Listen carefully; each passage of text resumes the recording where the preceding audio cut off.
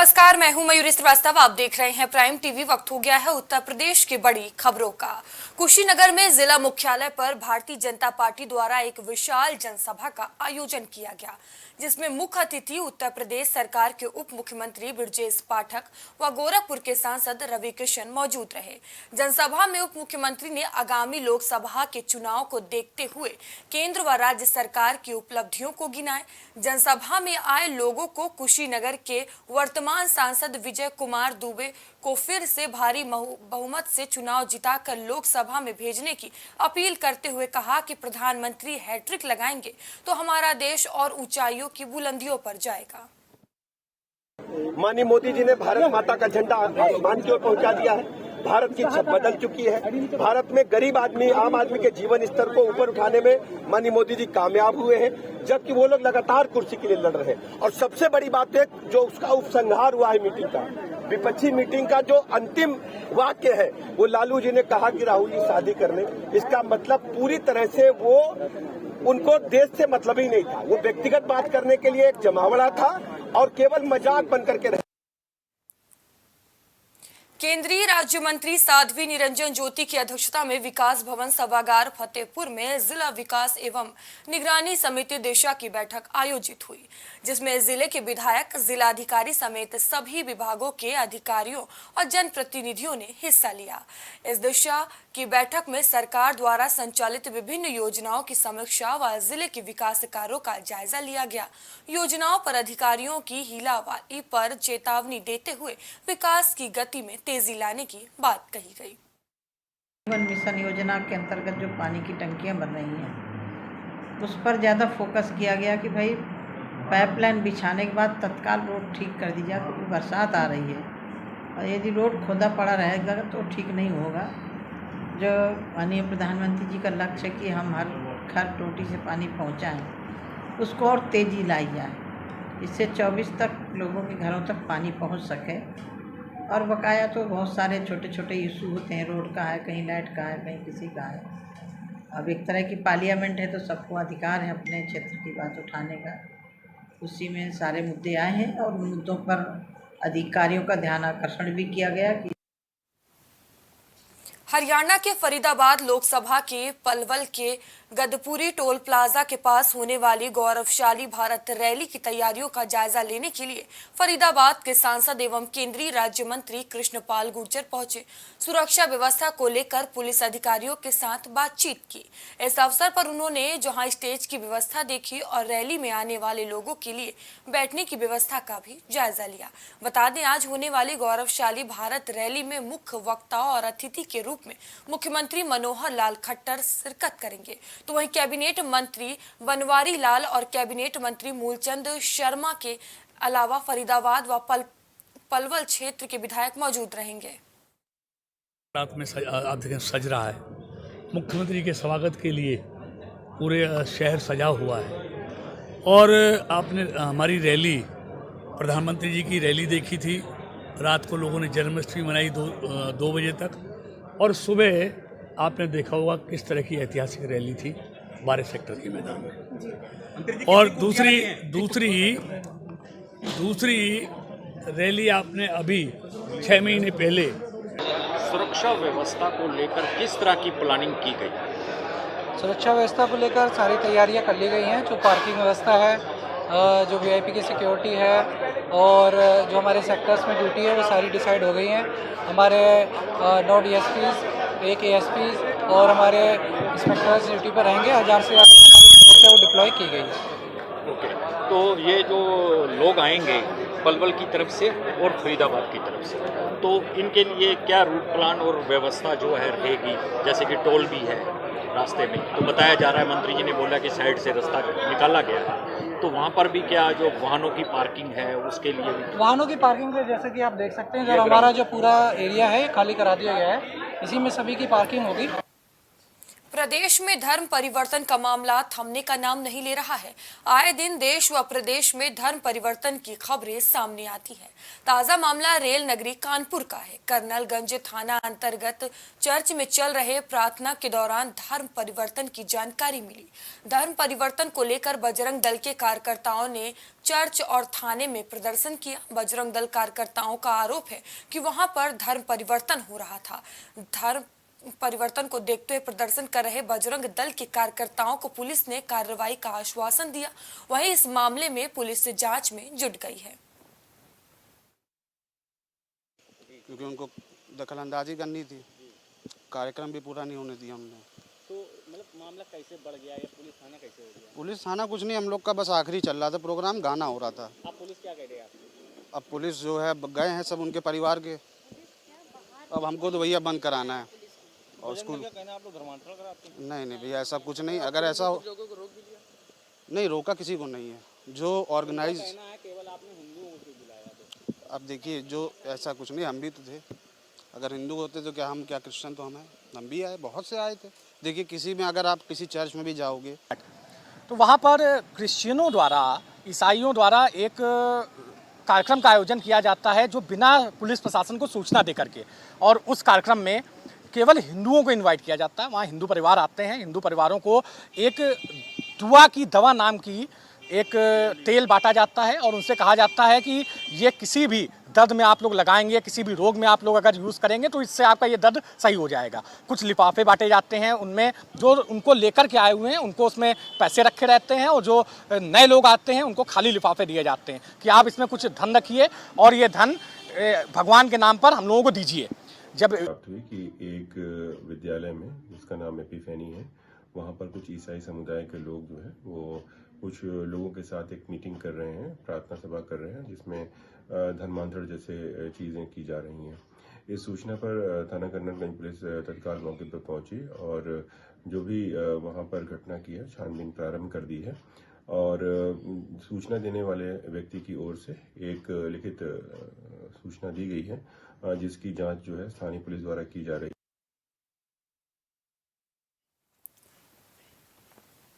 औरैया में जिला अधिकारी एवं पुलिस अधीक्षक दोनों ही अधिकारी हैं। दोनों महिला होने के बाद भी जिले पर पैनी नजर रखती हैं। वहीं जिले के दिबियापुर थाने पहुंचे जिला अधिकारी एवं पुलिस अधीक्षक ने अधिकारियों द्वारा जनता की समस्याओं को सुना। वहीं कुल आई 7 शिकायतों में 2 का निस्तारण किया गया। अन्य शिकायतों के लिए राजस्व विभाग एवं पुलिस विभाग को जल्द निस्तारण के आदेश दिए गए। वहीं दोनों अधिकारी दिबियापुर में बने रोडवेज बस स्टैंड का निरीक्षण किए। निरीक्षण के दौरान जिलाधिकारी ने कहा कि पीडब्ल्यूडी एवं वन विभाग के द्वारा रोड का निस्तारण होने के बाद चालू कराया जाएगा। वहीं जर्जर हालत में दिबियापुर में नहर पुल को लेकर बताया कि एक मिली जान संबंधित विभाग के साथ कार्य योजना की जाएगी।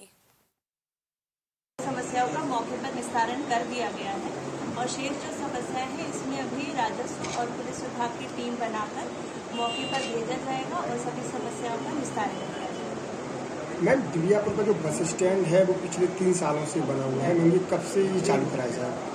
इसका निरीक्षण किया गया है बस स्टैंड में, वहाँ पर कुछ समस्याएं हैं वन विभाग की और पीडब्ल्यूडी की रोड को लेकर, उसका निस्तारण होने के बाद बस स्टैंड शुरू होगा। मैम, दिबियापुर का एक नहर पुल और है मैम, वहाँ पे भारी वाहन जो निकल हैं वो जर्जर अवस्था में, इसके लिए क्या इंतजाम किए गए, क्या निर्देश दिए गए? इसके लिए अभी आपने बताया है तो इसको देखा जाएगा, चर्चा की जाएगी इस पर और संबंधित विभाग के साथ एक कार्य योजना बनाएगी। हरदोई के संपूर्ण थाना समाधान दिवस के तहत कोतवाली देहात में एसडीएम सदर स्वाति शुक्ला फरियादियों को सुन रही थी। तभी एक गरीब महिला जिसका नाम श्यामा देवी था, वह अपनी फरियाद लेकर एसडीएम के पास पहुंची, जिसने 2019 में हुए जमीन के पट्टे पर उसका कब्जा ना दिलाए जाने को लेकर फरियाद लगाई, जिसको गंभीरता से लेते हुए एसडीएम सदर ने पट्टे धारकों को कब्जा दिलाया।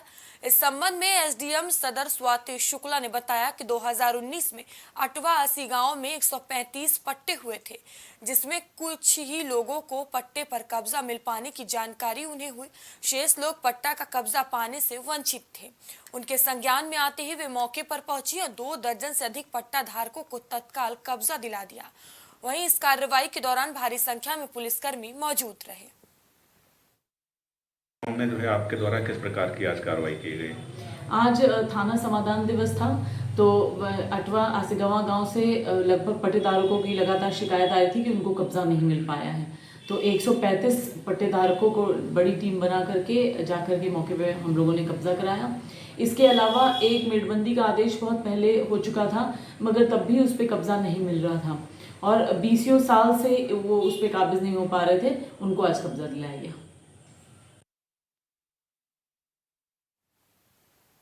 जनपद संबल के पसावा विकास खंड की प्रथमा यूपी ग्रामीण बैंक शाखा पर शनिवार को बैंक अध्यक्ष संजीव भारद्वाज ग्रामीणों की समस्याओं का समाधान करने पहुंचे और कैंप लगाकर ग्रामीणों की समस्याएं सुनी। इस दौरान शनिवार का अवकाश होने की वजह से संबल व अन्य जनपदों से आए हुए सभी बैंक शाखाओं के प्रबंधकों ने विरोध जताते हुए बैंक अध्यक्ष को काले झंडे दिखाकर धरना प्रदर्शन किया और अपनी मांगों पर अड़े रहे। इस दौरान बैंक अध्यक्ष और धरने पर बैठे शाखा प्रबंधकों ने काफी नोकझोंक देखने को मिली। वहीं शाखा प्रबंधकों ने विरोध जताते हुए बताया कि शनिवार के दिन सभी बैंकों का अवकाश रहता है और इस दिन बैंक में कनेक्टिविटी भी नहीं आती। गवर्नमेंट ऑफ इंडिया की, आरबीआई की बैंक की गाइडलाइंस उनके विरुद्ध जो बैंक खोले गए हैं छुट्टी में सिक्योरिटी को तात्पर्य खोले गए हैं, तो उसके विरुद्ध ये प्रदर्शन चल रहा है। आप कौन सी ब्रांच से हो? कौन सी ब्रांच से हो आप? क्या हो? मैं अब वर्तमान में ऑफिसर एसोसिएशन का संरक्षण। कहाँ से? मुजफ्फरनगर।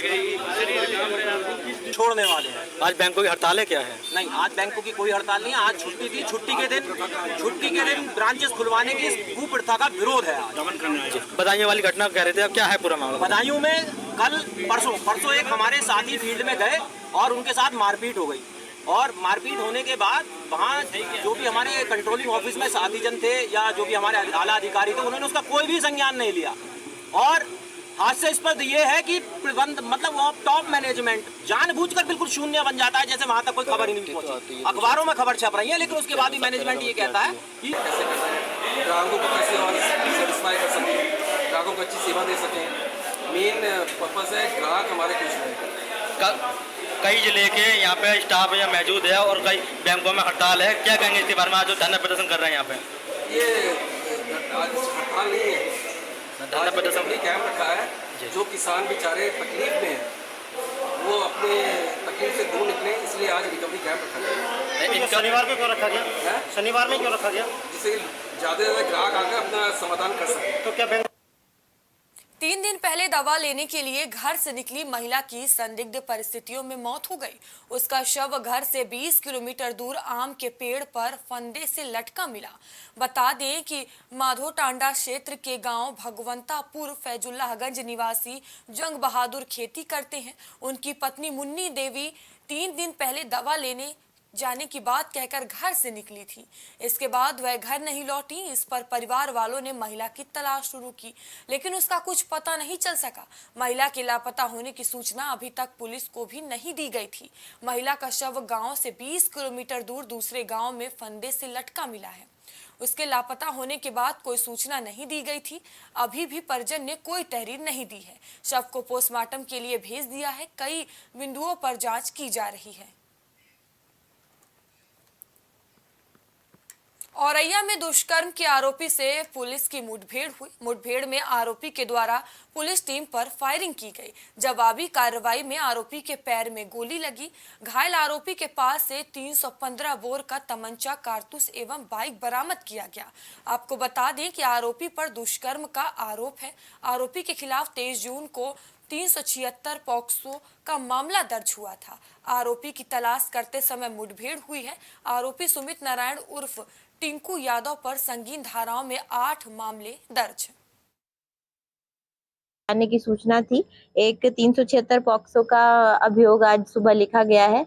एक पीड़िता के द्वारा थाना विधुना पे आकर शिकायत दी गई थी कि 16 जून से उसके साथ सुमित नारायण और टिंकू यादव के द्वारा जो है गलत काम किया गया, उसका जबरदस्ती बलात्कार किया गया और कई बार इस घटना को उसके द्वारा कारित किया गया। तो जब पूरी जांच की गई तो ये पता चला कि ये रायबरेली की रहने वाली है। इसके माँ बाप इसको झाड़ फूक के बहाने से अपनी इसकी बहन के पास छोड़ गए। उनका मानना था कि इसको कोई इलाज कराने की जरूरत है। तो जब से वो छोड़ गए, ये अभियुक्त इसको अपने साथ उठा के ले गया और कई जगहों पे इसके साथ घटना का।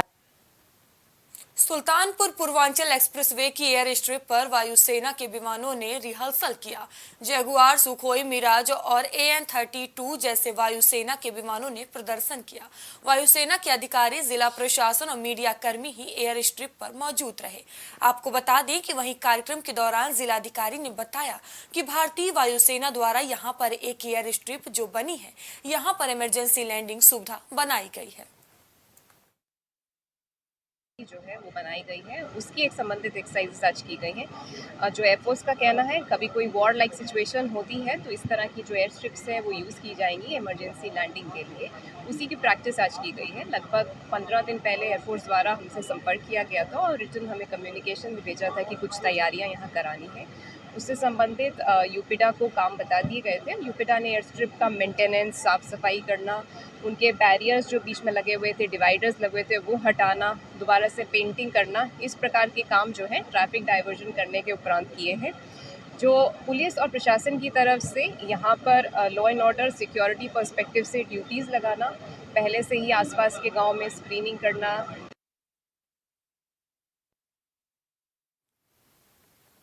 उत्तर प्रदेश की खबरों में फिलहाल अभी के लिए इतना ही। आगे आपसे फिर होगी मुलाकात, तब तक लिए बने रहिए प्राइम टीवी के साथ। नमस्कार।